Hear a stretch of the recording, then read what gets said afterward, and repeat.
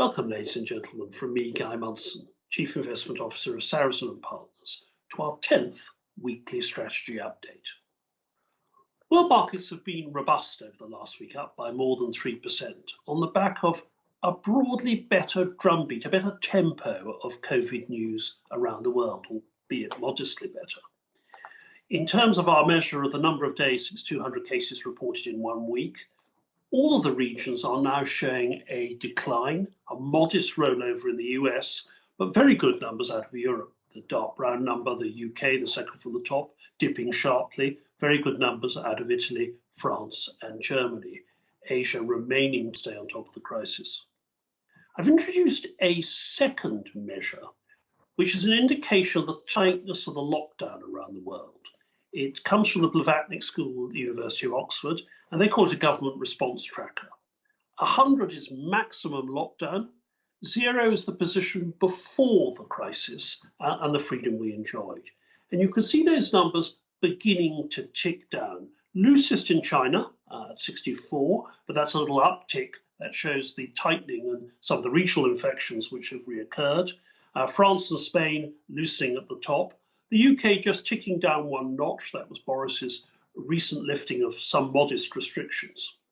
This is very important because it gives you an indication of the tempo, the speed of a likely global recovery. The third piece of positive news is another good piece from vaccine development. I profiled here the Astra Oxford development, which has just earned $1 billion of support from BARDA, that's the US biomedical authority, to boost vaccine production to 400 million doses if and when tests are credible.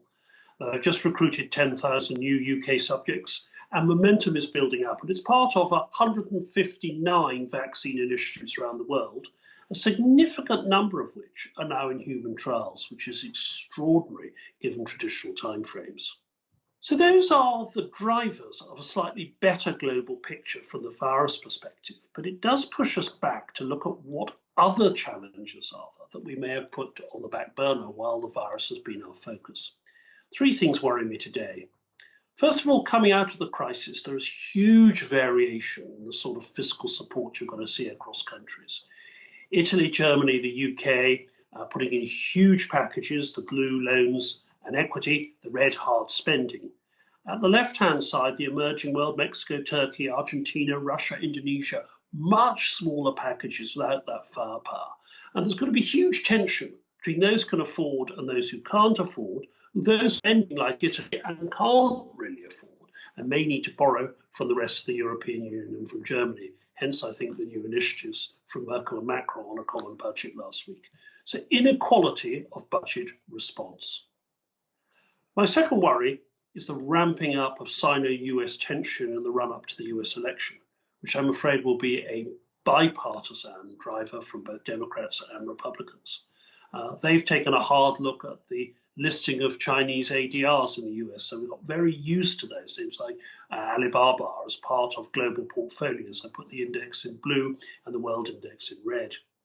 On the other side, of course, we're seeing huge tension in Hong Kong, a possible ramping up Chinese security, and that comes on the back of an economy that is already on its knees. Look at the 42% fall in retail sales coming from the protests and, of course, from the COVID-19 effects.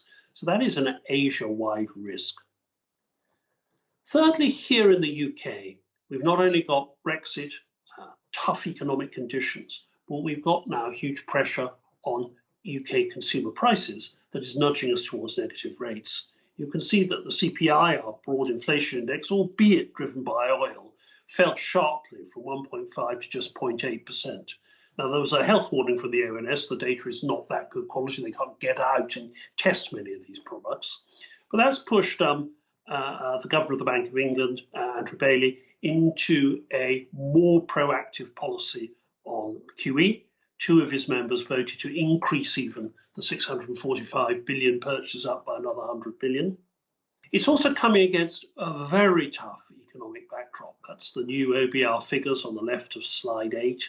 On that top column, minus 12.8. That's the projections for UK GDP for the full year. Very tough, against a backdrop a stalemate, game of chicken, whatever you like to call it, in the run-up to the major summit on the Brexit deal in June of this year. The markets have not ignored this. They have been steadily pushing down UK yields. The 10-year bond yields and 10-year gilt yields an extraordinary 15 basis points. And something we never thought we'd see, I never thought we'd see. The 2-year gilt is now showing a negative yield of 0.06%. In other words, you pay to lend to the government for 2 years. And also longer-term inflation expectations are beginning to dip down. So Brexit and COVID risks adding to a deflationary picture here in the UK. Now, against this backdrop, as I indicated, markets have continued to recover quite strongly, particularly in sterling terms for our clients, because the pound has been weak. You can see on the left here the astonishing recovery in global equities, strong performance still from gold, and UK gilt still rallying, which is worrying because that indicates that long-term growth is at risk. A lot of this has been supported by the central banks. The blue line is the enormous expansion of the US Federal Reserve balance sheet, and the red line here is volatility. You can see that every time the central bank comes in, as it did in 08, 09, volatility comes down. So where does that leave us today? We remain neutral in bonds. We've added a little bit to corporate bonds, as I indicated last week. We're neutral in equities, enjoying this rally, but not yet ready to move overweight. And we're cautious still on the emerging world, particularly with those China-US tensions. In alternatives, we like yield, particularly in infrastructure and in alternative energy, particularly with negative gilt yields. And we've still got a nice layer of cash as needed. So beginning to pivot from COVID risks to global risks, albeit recognizing that with super low interest rates and very, very generous central banks, the competition for yield still remains.